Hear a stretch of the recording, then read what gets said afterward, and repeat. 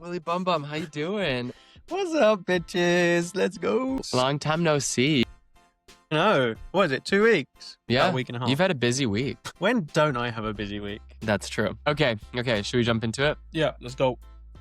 Okay. Welcome to the Out of Bounds podcast. Oh, you just ruined my whole intro. What did I do? You said okay. Was I really laggy? You're really laggy on mine. Oh. Just on mine. But then when it comes through, it's like good quality. That's so weird. I feel like, should I leave, do you think, and then come back in? No, I think you're okay. Just don't move. Okay. Give me like 5 seconds now. Welcome to the Out of Bounds podcast with Jake and Sam, where we talk about all things gay, sport, and culture. As always, please subscribe, and if you like the podcast, give us a review. Let's get into it. That was great. Jake, how was your week? What were you up to? Good week. Productive.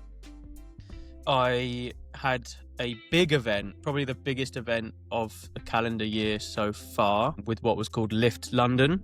It's a big Gymshark event where they had the whole Gymshark athlete roster in one place at one time. And normally it would be done at like an expo, I guess. Like there's a big one called FIBO, but Gymshark is now so big that they are basically able to do their own internal expo. So there was a huge shop, there was like a Gymshark street where there was like a tattoo parlor, there was a nail salon, there was a pub called the Swole Arms where you could get like protein drinks and pre-workout, and then you go downstairs. And then we had like a huge conditioning club space, which basically was like hybrid style simulations that were going on all week or weekend. And then as always with the Gymshark stuff, they have like PR cages, which you like go in and try and set up like a personal best in the cages, and everyone's like hyping you up. I actually didn't go into the PR cages. Jake. I thought I'd let everyone else. But I did do 2 Hyrox simulations and we won both of them. So Wow. Phew. As a doubles. But yeah, both as a double. So the first day I did with a female, and then the second day I did with... So McKenna is one of the athletes, and his boyfriend, Dom, wanted to do it. So I did it with him, which was fun. Yeah. Well, that's great because I need some mixed doubles tips. So we'll talk about that a little later on in the podcast. Yeah, I can give you the best tips in the world. Great. Best tips in the world. How was your week? Oh, my week was good. I really like fall because it feels like we're kind of finally... our feet are on the ground. You know, summer's like so transient. We're traveling all the time and no one's really working. And so it feels like fall is autumn, right? Yes. Yeah, exactly. You call it fall because the leaves fall off the trees. How sweet, right? It's a little romantic, you know? It's very American, isn't it? Yeah, it is. But we just have had so much going on at Pride Fit. So, I mean, I've just been working a ton this week. We have like our Labor Day sale, and we just launched our sleep challenge for September, and we just had a huge update go live this past week. So just been kind of working nonstop, but it's good.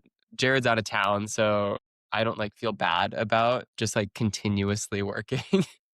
And yeah, sometimes you need that, don't you? I guess when you just have like clear space. Yeah. So you can just get into it's like walking the dog and working. That's it. Yeah. Speaking of that, I need to do that today. Mm-hmm. Not taking Roxy out yet. Nice. Yeah. Busy week. I actually ran a 5K on Wednesday.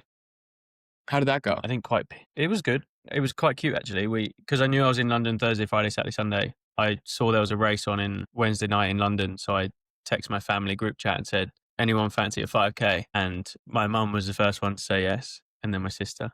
And then my brother. And then we all ran. And then we went for sushi. And then you won? I won it, yeah. To be honest, I thought people would be...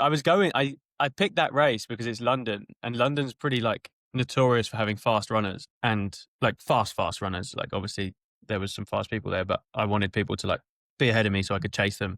So yeah, next time, London, where you at? Need some fast runners to keep me on my toes. I'll come out and make sure that you've got someone to compete with, okay?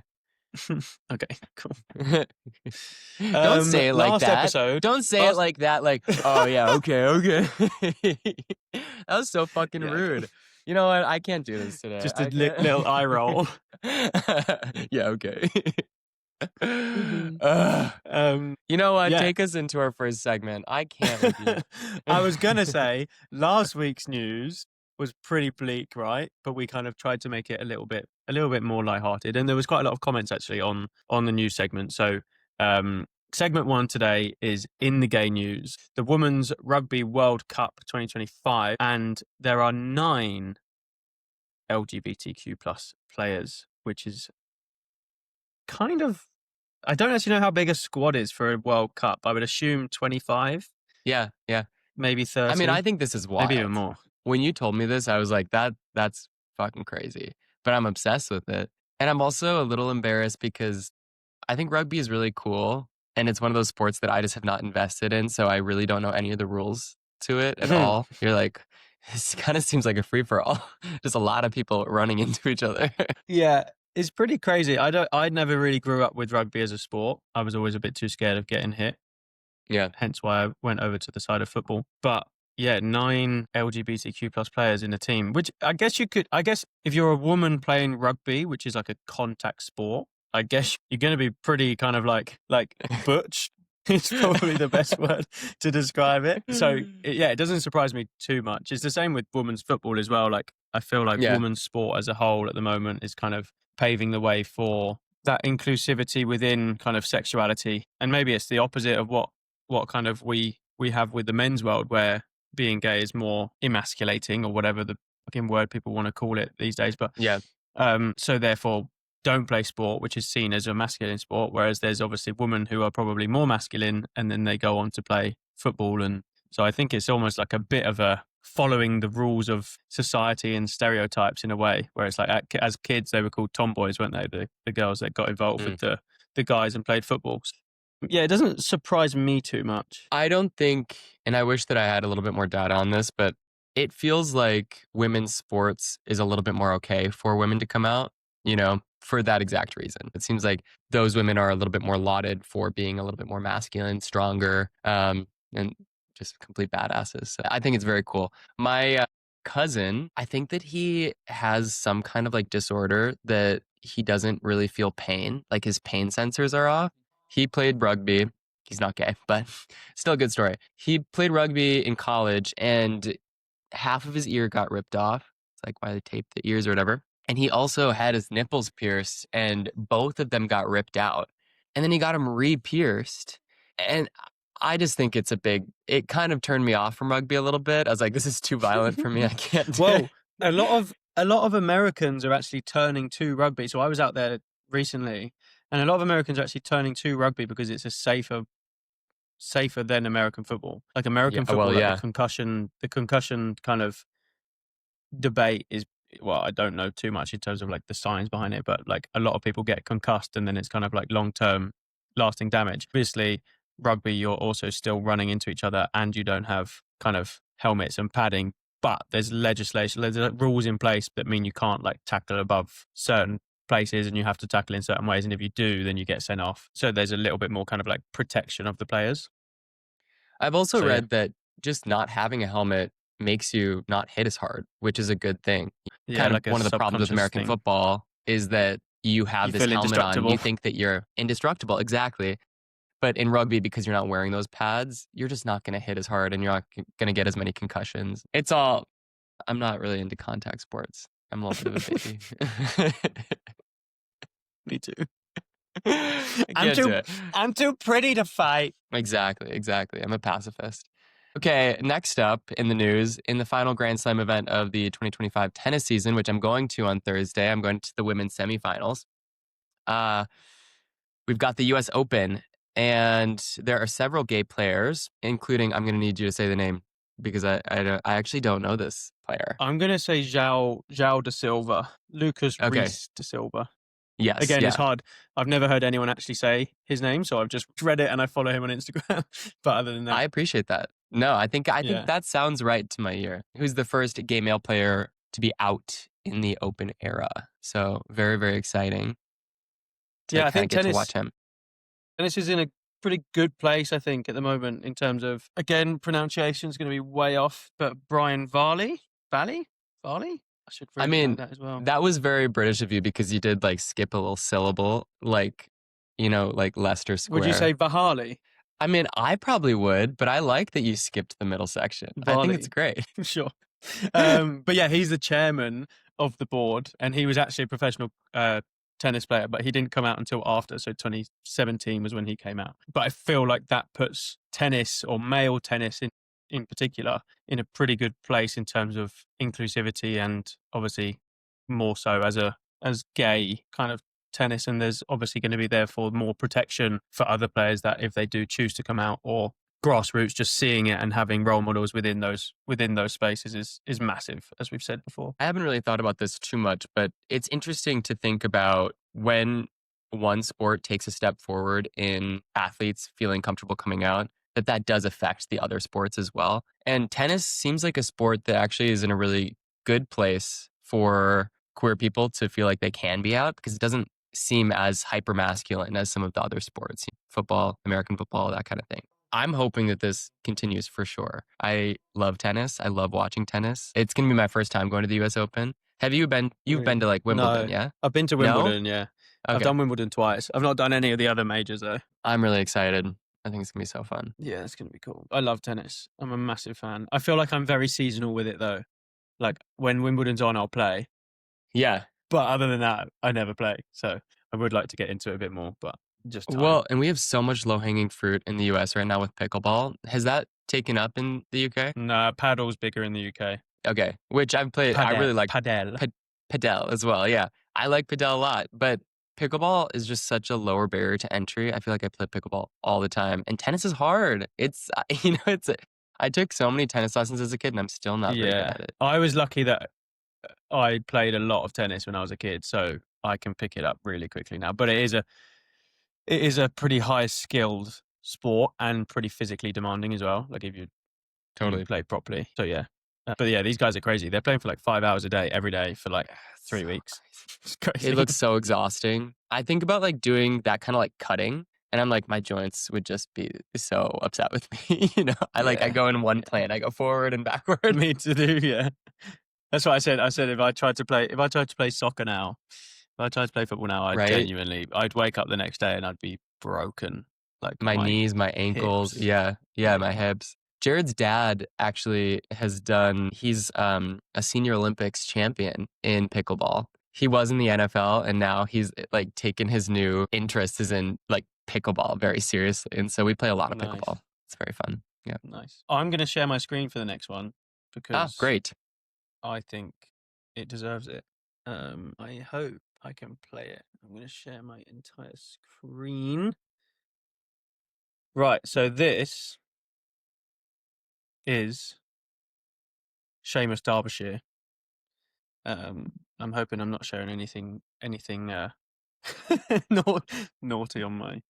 How do I replay it? What? My foot fetishes. But yeah, Seamus is a 400-meter hurdler, and I actually first saw him. I was actually just watching a random meet, right? And I saw him, and I was like, this guy's great. And then obviously after that, when he kind of came on and did his like kissing and was like being a little bit flamboyant, I then saw it all go over TikTok and stuff. So, but yeah, I really like it when someone is just unapologetically them, and just for him to be able to do that on a stage and then go and run like a really, really fast time is just really cool.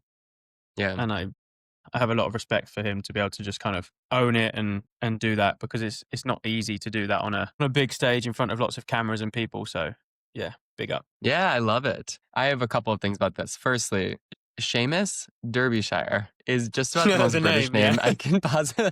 I am so obsessed with it. I really, really love it. And then secondly, kind of crazy, it feels like all of the hurdlers are gay. I was a hurdler. There are so many out hurdlers, and I don't know what that's about. Yeah, it is a thing, isn't it? We'll have to do maybe it comes down to the mobility. Kind of think so. Like lead leg needs to be really flexible. Your hamstring needs to be really flexible for that front leg. I don't know. Who's to say? Maybe maybe there's a science. I want to know what you think about when you saw him on TikTok. Was there any like negative comments on those videos, or was it pretty positive? I don't think so. I can't actually remember, to be honest. I don't think it was. I think it was more like, get it, girl. Yeah. I'll have a quick look. It was the Power of 10 video that I said, yeah. No, people, he's an icon. Yeah. We love this diva. I mean, I'm sure there is. Like, if I go down, like, I reckon there's like. Yeah, I feel like TikTok kind of pushes a lot of those things down, a lot of the negativity. Yeah, like a few just like emojis, but like most of the things are like, yeah, absolute legend. Someone put Slayer I'm glad he's not afraid to show his true personality. But yeah, mostly positive. But I mean, as soon as I was saying it, like we can touch on it now, but like as soon as certain clips and things go into a different kind of direction or algorithm, the audacity that some people have to feel like they can just kind of like be entirely rude and homophobic is crazy to me. I mean, my experience has been specifically on TikTok. I really don't get anything negative on Instagram, but TikTok can get so dark so quickly.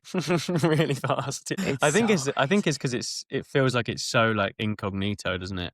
Whereas Instagram feels a anonymous. little bit Yeah. more professional. I've definitely had it on Instagram though. I had to turn my comments off on some of my posts where it was like talking about pride or something, and it just went down this rabbit hole of like, obviously when people comment, they then get that stuff feeded to them more. So it was all the people that have commented negative stuff and then just continued to do it. But It seems to yeah, happen it's on crazy. a lot of my friends who are going through surrogacy. Their posts are kind of like, fish bait for that. A lot of people will go down the rabbit hole. It's tough because I think most of us got Instagram in like middle school. And that means that we have people who we follow and who follow us that we've known for 15, 20 years. And I think that that is a bit of a safeguard from some of us going about our worst impulses of like trolling someone or being a dick, And I think that that kind of social accountability is almost like a good thing on Instagram. We're not going to post shitty things because someone might see it or, you might not be super proud of it. But on TikTok, I feel like almost all of the accounts are anonymous. So then people Yeah. say the worst shit and they think that that's going to make them feel better when in fact it just ends up being this endless spiral of them continuing to comment horrible shit on everyone's posts. Yeah, I think you're right in terms of like the surrogacy thing though. Like my friends Jamie and Adam have just announced that they're having a baby and they're both kind of pretty well known. And then an article went out about them on Facebook and it was just like filled with hate, like being Yeah. like, you shouldn't bring in a baby to this world as a gay couple, blah, blah, blah, blah, blah. Like protect the children, which is just really, really sad to see. Like it actually made me a little bit, well, quite a lot upset actually. Cause it's like, Yeah. is that actually what people think when they see two like gay guys trying to bring in a child to the world? So yeah, that was pretty tough to see, to be honest. Yeah, it is tough. I think to some extent that's a little bit easier for me to navigate because I know that there are people in the world who are homophobic and who are not going to understand this, and I very much put a shield up and we're not going to see eye to eye. My big problem on social is when the gays are so mean to each other. When gays are judgy to other gays and they want to kind of like band together and decide to be assholes on social media.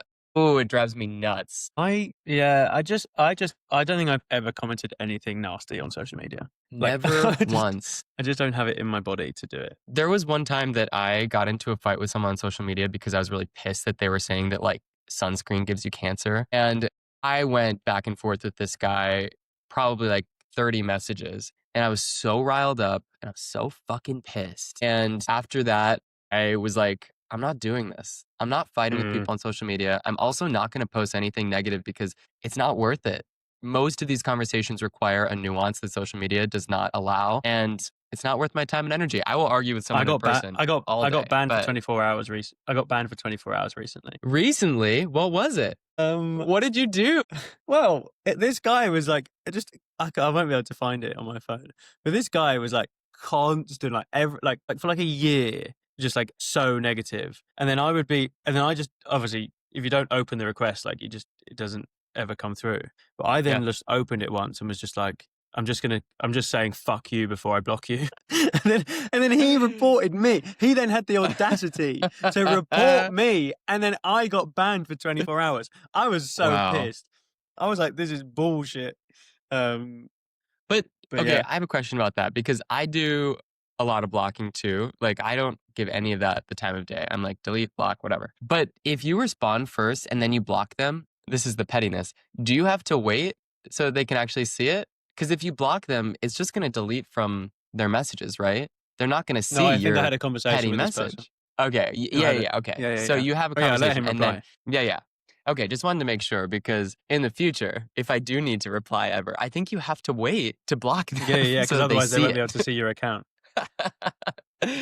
Yeah. That's an important nuance of social media. Tactical. Yeah, tactical. Yeah. I He don't actually know. said We'll sorry. keep He on. actually said sorry. He actually said sorry. And then I said And then something he else. reported And you. then he was like, no, he was like, oh, I'm sorry. And then I said something else. And he was like, and then he put middle finger emojis up at me. And then I blocked him. I'll find it and send it to you. It's funny. Jared is really good. When people are rude to him on social media, he claps back. Definitely. In a way I cannot. I sometimes do, but I just have to be careful sometimes. Yeah. You got to be careful. You don't want to get banned. Okay, moving into our next segment, in the closet. I wanted to bring these up. They were just random thoughts that I had over the past couple of weeks, but I don't even know if they apply to you. And I'm really interested in this kind of across the ocean cultural difference that we have. So, my in the closet this week is, did you have to wear a cup for sports ever? No, just cricket, but I never played cricket. I don't like cricket. What do you mean a cup? Like a penis protector? Yeah, yeah. In case you get It's like like, hit in the balls. exactly. You never had to Yeah, do only this? cricket. No. Wow. This was Did kind you of a wear it for formative for part all of my sports? experience. No, when I played American football in middle school, we were required to get a cup.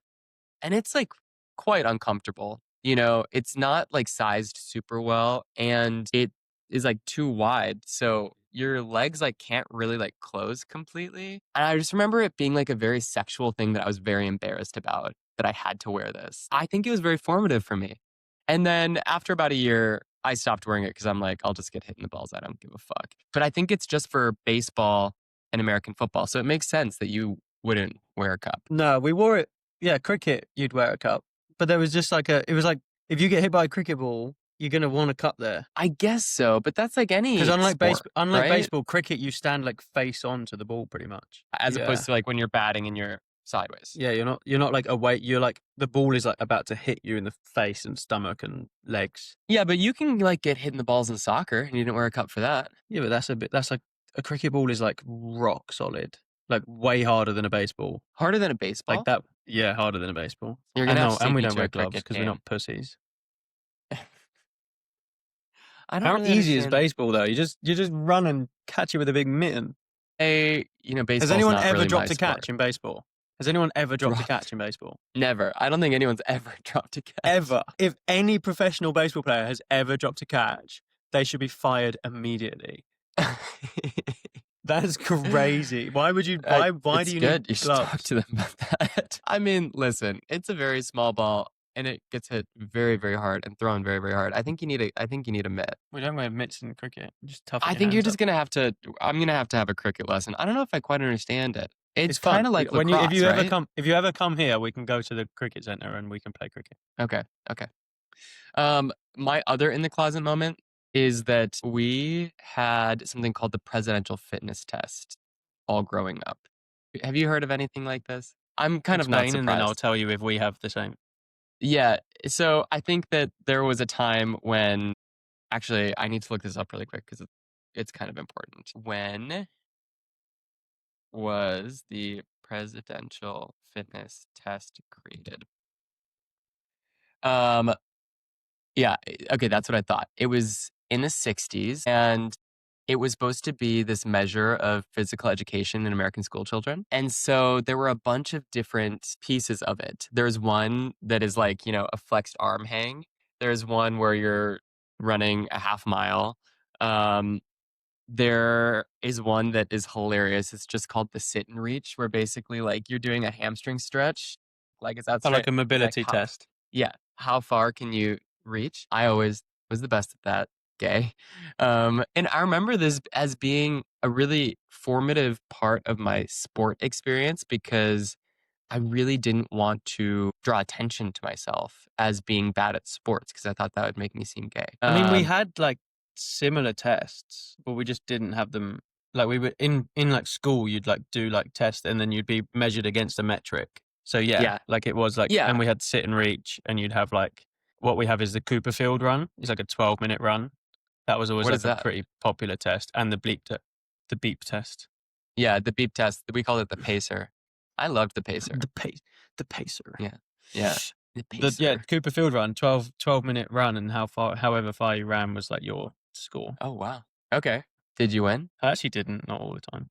I actually wasn't that good, No, seriously though, I actually was never like, I was always good, but I was never like the greatest. But Yeah. my thing is that I just never stopped. Like a lot Mm. of people, any young listeners out there, if you want to be great, like just keep showing up. That's all it Yeah, is. it's that book Mindset by Carol Dweck that's all about Mm, how it's not about this innate talent. It's about having this growth mindset of saying, as long as I continue to practice, I will get better at this. Practice in the right way. I think it's so important because I felt the same way.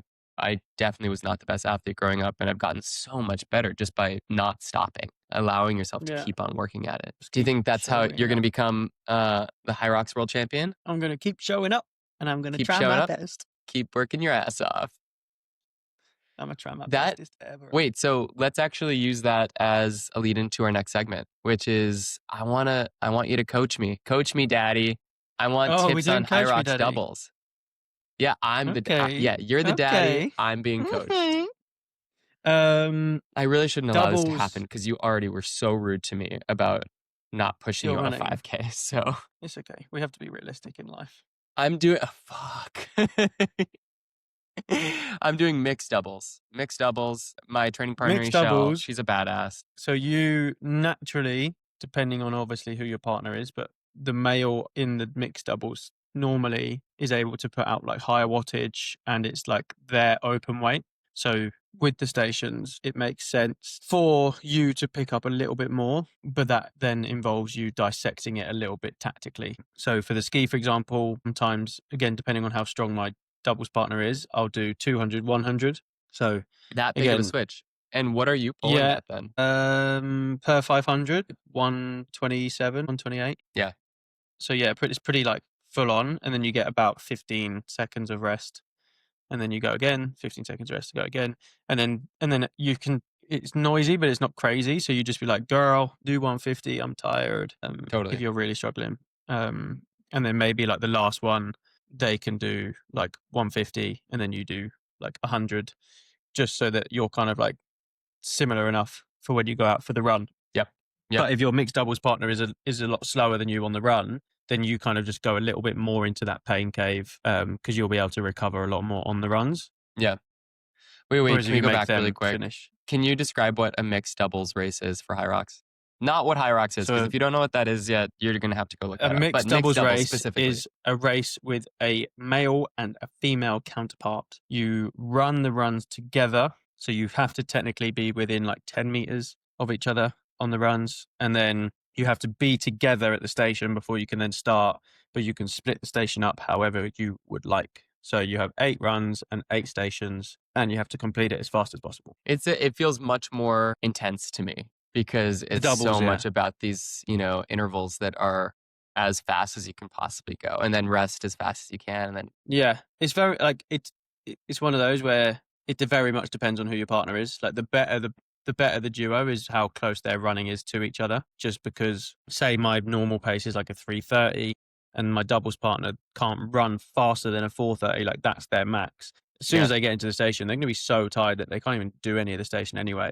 So yeah. I'll end up having to do that, and then I'll get really tired from doing that. So then it just becomes a bit like crazy. So yeah, it definitely, if there's a bigger disparity, like communication is really, really key. Okay, event 2, sled push, right?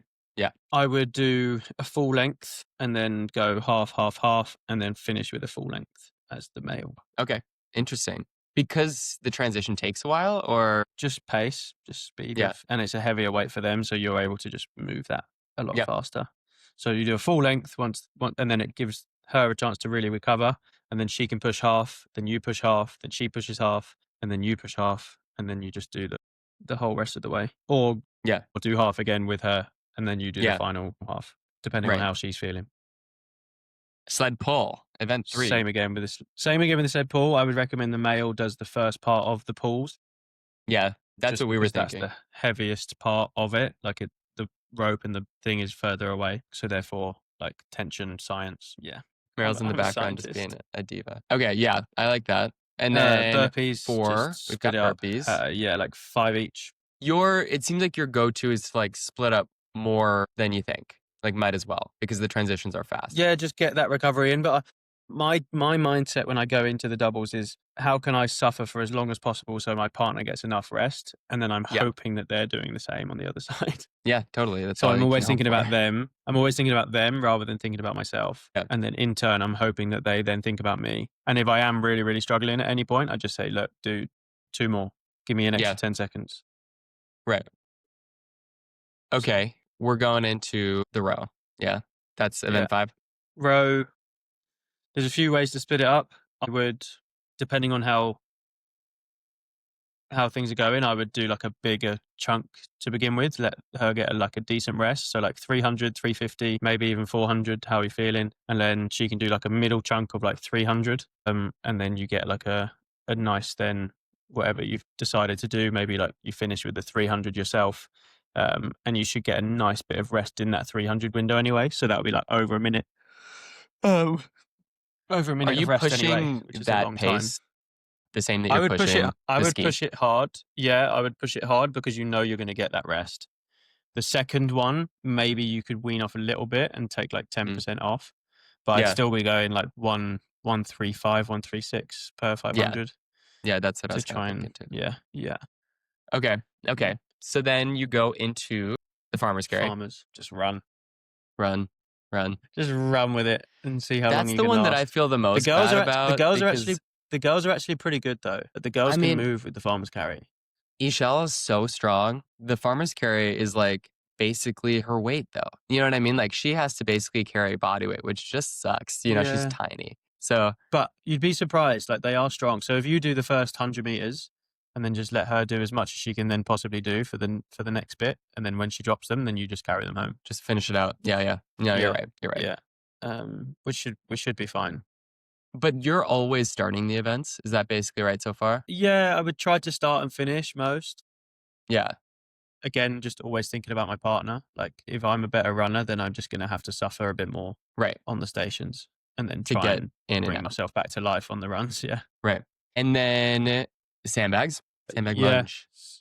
So you got 100 meters of sandbag lunging. So it normally depends on how they split it up in terms of like how long each length is, because you normally have to go there, back, there, back, there, back. So if it's Right. done in 20s, then you can literally just do 20, she does 20, you do 20, she does 20, you do 20. Yeah. If it's done in 25s, then you just do 25, 25.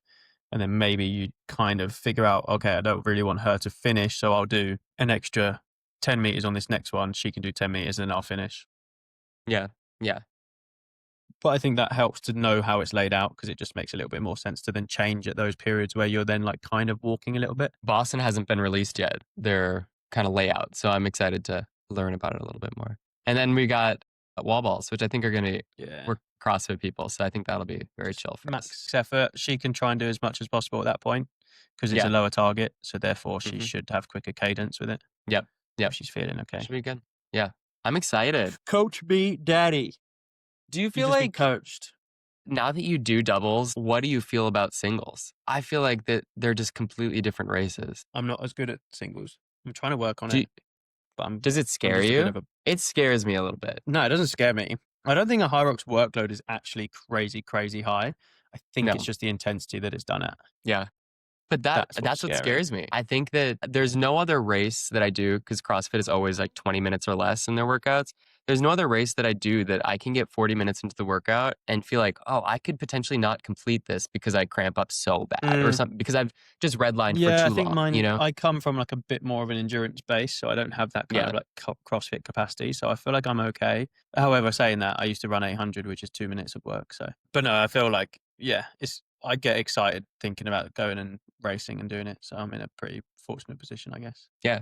Did I tell you I'm doing my first pro in November doing Chicago? Can you come to Dallas instead? When is Dallas? 24th, just before Thanksgiving. No, I can't, unfortunately.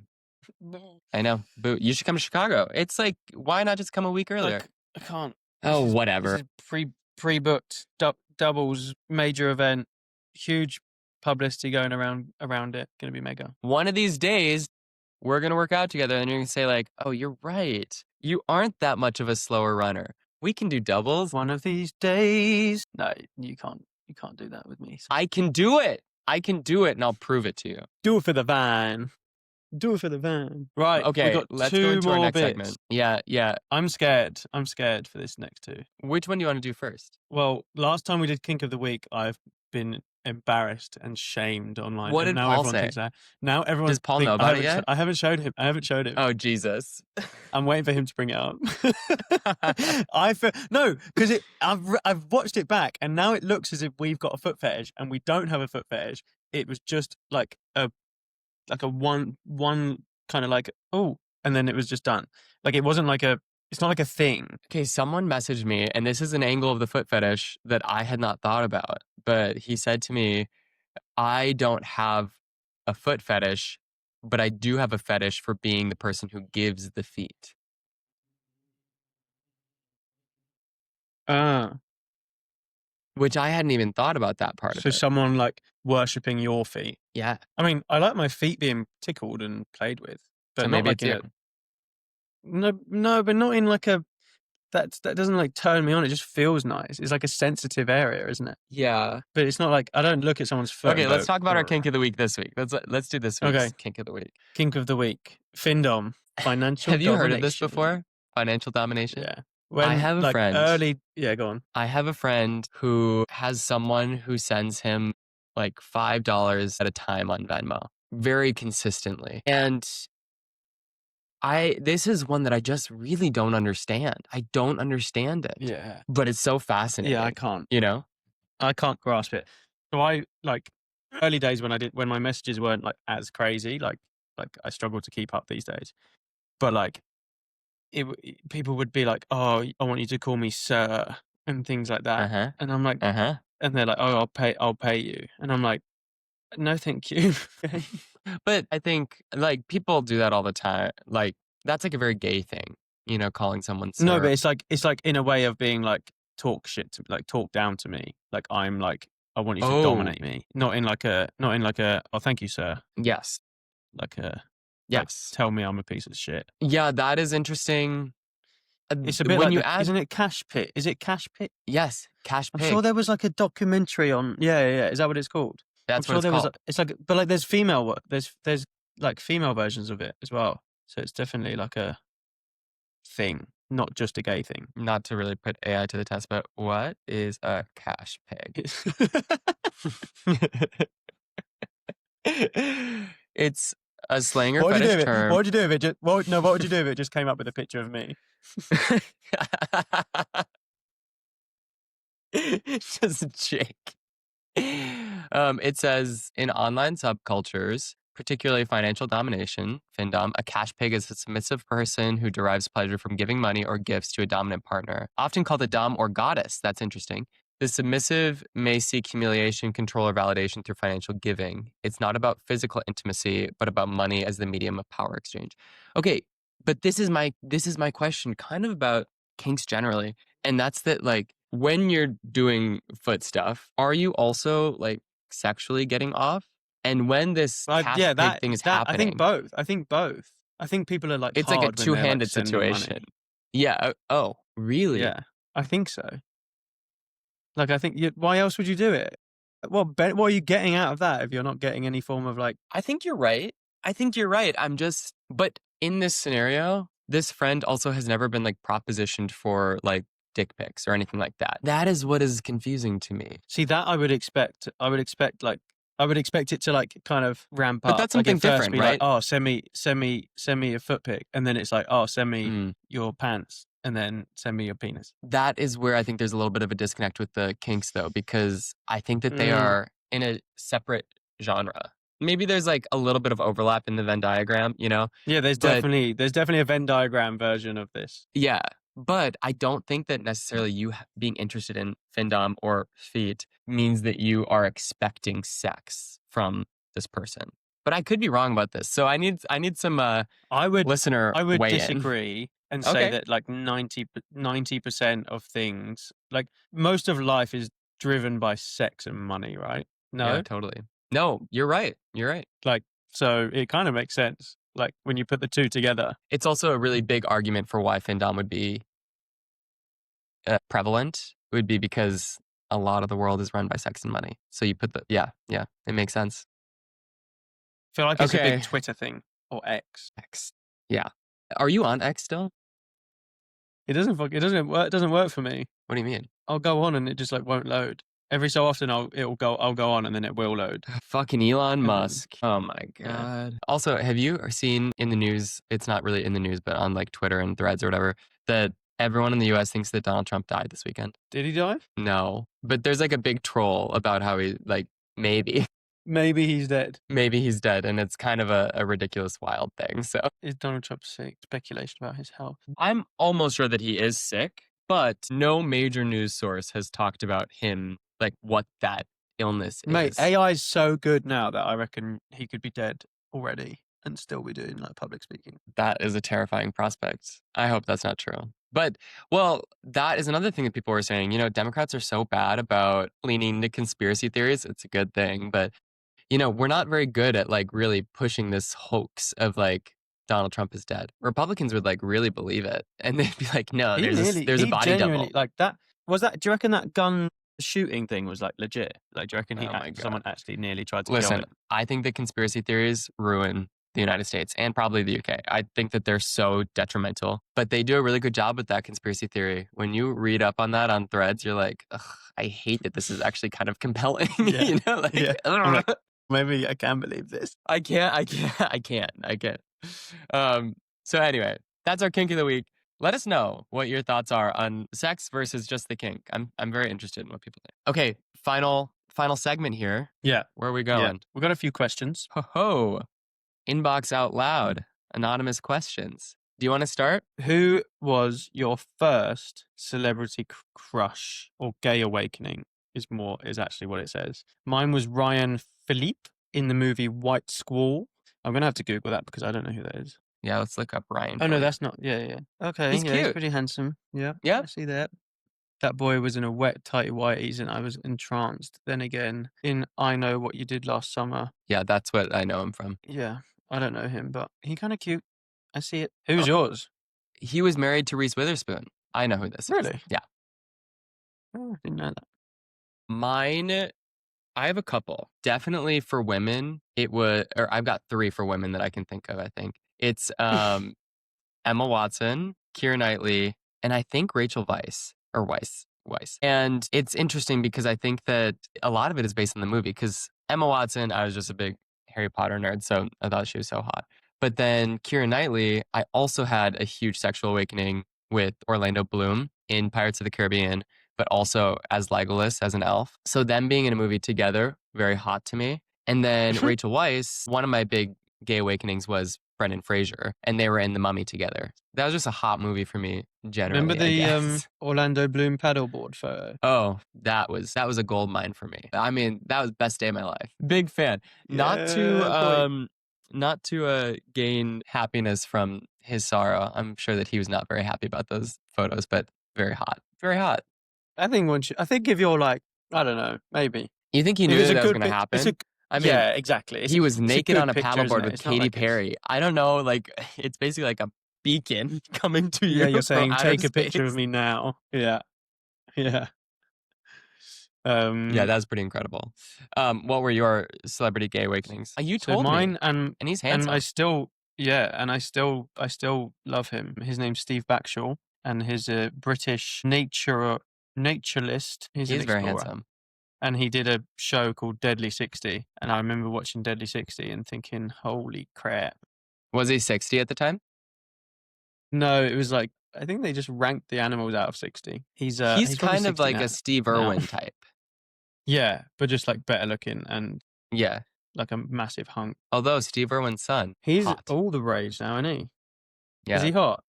Oh, yeah. What is his name? Robert? Is it? Robert Irwin. Robert. Yeah. He's cute. And he did that underwear shoot. Did he really? I'm going to type in Steve Irwin's son hot. Well. Oh, yeah, he is. He's put on a bit of muscle. Yeah. I feel like he's changed a lot.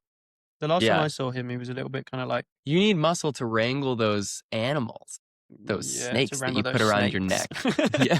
Oh, I hate snakes. I think I had a dream about a snake biting me last night. Yeah, when Steve Backshall was carrying his snakes, that was my moment. What else? Who other celebrity crushes did you have? I don't really know, to be honest. I feel like that was kind of it. That was it? I need to think.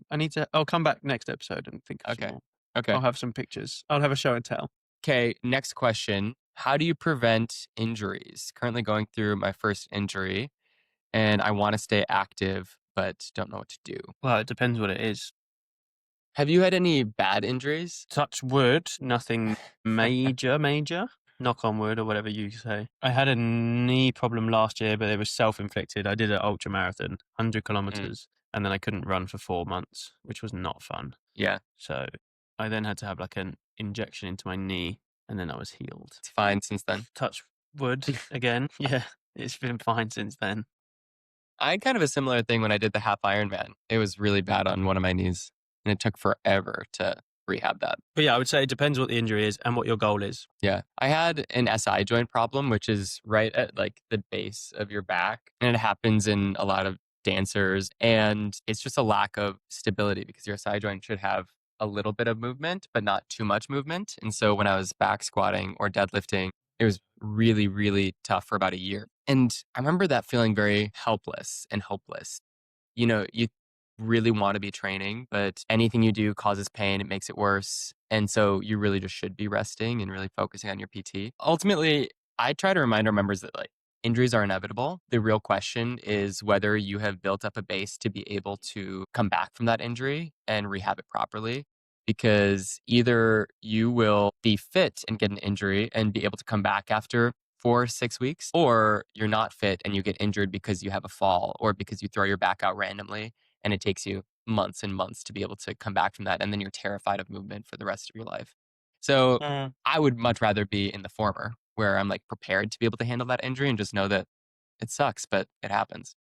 Okay, this is a good one for you. In fitness environments with mostly straight men, how do you connect with them in the inevitable conversations on hookups or sex? I find this so difficult, Really? like really tough. Like even especially with people that I spend a lot of time with people that I'm not like really close to as well. Like Mm, even this weekend just gone, like I spent the whole week with like Gymshark athletes who are guys that are all over the world, different friends, different kind of sports, different backgrounds or whatever. And I just, yeah, like I feel like this conversation, it just never really comes up. Like okay. I feel like I not necessarily lose friends over it, but like I lose the ability to have those kind of conversations, which most straight lads will bond over and create friendships over and feel like they can have those kind of jokey conversations with, whereas I don't get that anymore. Like people like, but especially like new people and people that I don't really know, like I definitely feel like I lose the ability to connect on that level with those other people for sure. Do you feel like you are a different version of yourself when you're at this kind of big Gymshark event? I know I would be. Totally. Not massively. I would say I'm a little bit more cautious and reserved in terms of like sensitive to embarrassment in a way, I guess, or like more Yeah. like thinking about what I got to say maybe, because like yeah, I would say a little bit, but not massively. Like I'm pretty sure within myself as a human, and I know that I'm a good person, and I know that I'm relatively funny, I guess. But these are just different people and different like humor and different kind of boundaries and things. So Yeah. I definitely have to kind of rein it in a little bit, I think. Does Gymshark have any other out men athletes who are there? Yeah, so there's a guy called McKenna, who's kind of like it's been more of like I would say like the last 6 months. Like prior to the 6 months, no one really knew. Like people knew, but they didn't like know. Yeah. Whereas he's kind of done it in quite an organic way with his new boyfriend, where they've been posting kind of like teasers almost, and it's been quite like a fun thing to kind of follow along to actually. Yeah. But yeah, he's less kind of like athlete in terms of like competing and more just like lifestyle fitness, and Yeah. he's got like such a good community where I feel like, and speaking to him, it's been a relatively positive kind of transition where it's been like he's now kind of pretty much like completely out to his Yeah. audience, but he's got over 1 million followers on Instagram and I think more on TikTok. So they've got like a big audience, which has been quite nice to see like the positive side of the social media with his support and stuff as well. Yeah. Yeah. That's really cool. That's really cool. I can Mm. imagine that environment. I mean, kind of just like the growing up gay and wanting to put your best foot forward in sports. I mean, that would put a lot of pressure on going to those Gymshark events for me, where I'd be like, I really want to prove that I deserve to be here, you know? Yeah. So I got to perform well. Yeah. But at the same time, I'll always say to people, like, some people feel like they're not valued enough. As like, you're in the room, like you are there, like you've been chosen to be in the room as a Gymshark You athlete, deserve so to be there. therefore you're valued. So like, just know your worth, and don't let other people, or don't let it feel like you're an imposter. Like, own it, and that will make you a lot more happy than kind of shying away from the conversations. But in terms of that subject, yeah, it's pretty tough to kind of go along with the conversations and chat about kind of like, because it just happens, doesn't it, in little pockets of conversation, and you feel like you can't interject. Whereas before, when I was straight, I'd be involved with these conversations, and it was Yeah. like quite fun. Whereas now I just kind of don't say anything, which is Yeah, like, totally. I mean, I can't remember the last time that I was in a small group of straight men who were talking about having sex with a woman. That's like a crazy thought, a crazy thing to say out loud, but like, it's just like not the circles that I am yeah. in anymore, you know? Mm-hmm. Weird. Okay, should we do one more and then wrap this up? Okay. You know what I think we should chat about, because I got so many questions about this, is like this bottom shaming thing. I mean, Mm, probably like 20 people sent in messages about like, why is bottom shaming a thing? Will it ever change? Or like managing the shame that goes with being a bottom, not feeling masculine. Like, it makes me think that someone's got to make a podcast about this, because I don't think this is going to be answered in like 2 minutes, but also it's crazy. yeah. I don't really get it. I find it funny sometimes. I'm like, why? But also, why do people want to know so bad? It's like, unless you're going to go and hook up with someone, like, why is it why is it relevant to you in the first Yeah, place? I guess it's maybe like a imagination thing of trying to figure out, like, I don't know. But like, it's like, yeah, I mean, it's definitely a topic that came. I think, did I send it to you? There was a podcast of like the straight guys talking about top and bottom, and like straight yes. people were just like, oh, do they not just do like both? Like, they didn't know Yeah, that there was like tops and bottoms, and like yeah, they yeah. thought it was just like, if you're gay, you just take it and give it I type thought it thing. was when my wife was on top. Yeah, yeah, yeah, yeah. Yeah, My yeah, wife's yeah. the top sometimes, you know? But to be honest, I did think that, like, when before I came out, I was just like, oh, I just assumed that you'd give a little, get a little. Yeah, I mean, I have this conversation with my friend group a lot, where it's undeniable that sexual chemistry is an important part of a relationship. But also, there is a group of gay people who will put up complete roadblocks on anyone who does not 100% fit their sexual preferences with topping and bottoming. Yeah. I think that's like a wild thing, you know? It is a little bit more transient than that. I think, that like you're not necessarily defined as just a bottom or just a top, and sex is a big part of a relationship, but it's not the only part of your relationship. So why it would be the first thing that is kind of like your make or break, it seems kind of Mm. wild to me. But maybe that's just me. No, I think you're right. I think it's a little bit kind of crazy. But there's also like, someone sent me a message ages ago and be like, oh, like, there's such things as like sides that just have like the intimacy with their other half, and there's actually no like penetration at all. Totally. So like, yeah, it's a tough one though, isn't it? Because like, as a gay man, there's a not a small pool of people to kind of pick from, but like, if you're being like uber picky, Yeah. you're then going to be picky about the type of person, the type of sex, and then whatever else you're going to put on that I list. mean, So that I mean, circle gets you're just smaller and smaller and you smaller and yeah, you're smaller. just limiting your fun essentially. Yeah. But And your each their connection. own. I mean, your fun and your connection, your ability to potentially find a long term partner if that's what you want, all those Yeah. things get limited pretty quickly. But some people would probably say that like sex is like the biggest part of their relationship. Yeah, which is fair too. Yeah. I think that that is totally fair. Cool. Okay, let's cool it down. What do you got going on this week? A little bit quieter this week, which is nice. But I've got 3 weeks until my first competition. So I am very much in the peak of training. I've got a little niggle in my shoulder, which you might have seen me just kind of like playing with it throughout the Yeah. podcast a little bit. So I'm going to try and get that looked at some point, either today or tomorrow, probably tomorrow now. So Have a this is little like the beginning massage. of your season, right? Pretty much. Yeah, I'm not too stressed. Like, this is like I'm trying to peak for this race and like be in like tip top condition, but it's a long season. But like Yeah. I'm just going in with like a pretty open mindset. Try and have fun whilst competing and go and see some people that I haven't seen for a while, kind of from the circuit. And just race and enjoy it. So try and not put as much pressure on as I have done previously. Let's see what happens. Yeah. Yeah, that sounds great.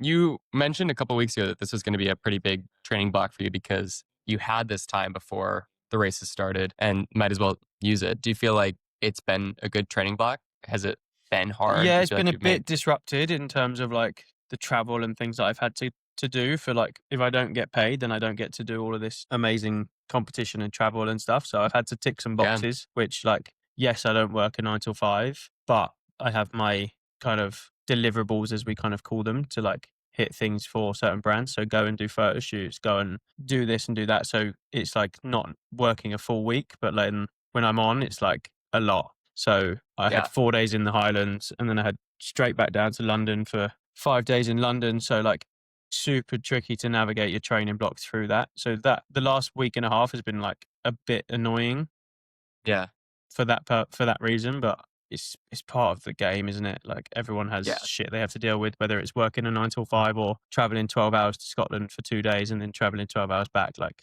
you just get on with it and kind of. It does kind of like make me understand someone like Matt Fraser though, who is kind of in like bumfuck nowhere, or what's his name? Who's the Cookville one who won a bunch? Anyway, But even Hunter, uh, like Hunter lives up in the mountains. yeah, I mean, it seems really smart. You have less distractions. You have less things that you have to say yes to. You're kind of like, sorry, I can't make it. I'm too far away. You know, and Yeah, that ends up being yeah. like really good for your training schedule for sure. That's kind of where I'm at in a way, a little bit where I live. Like I'm pretty far away from most people. I'm pretty central in the UK, but like I don't have loads of like distractions and things throughout the week that are going to kind of take me away from my main goals. Yeah. Yeah. Cool. Well, what a fun conversation. Thanks for chatting today. And hopefully we find a really exciting guest for next week. We've got some people in mind. So hopefully we get them on the pod. Thank you, everyone. Remember, if you haven't done so, subscribe, comment, Subscribe. More give a foot content. 5-star review, and Uh-huh. we'll show our feet once we hit 100. Exactly. Exactly. Okay. I'll talk to y'all soon. See ya.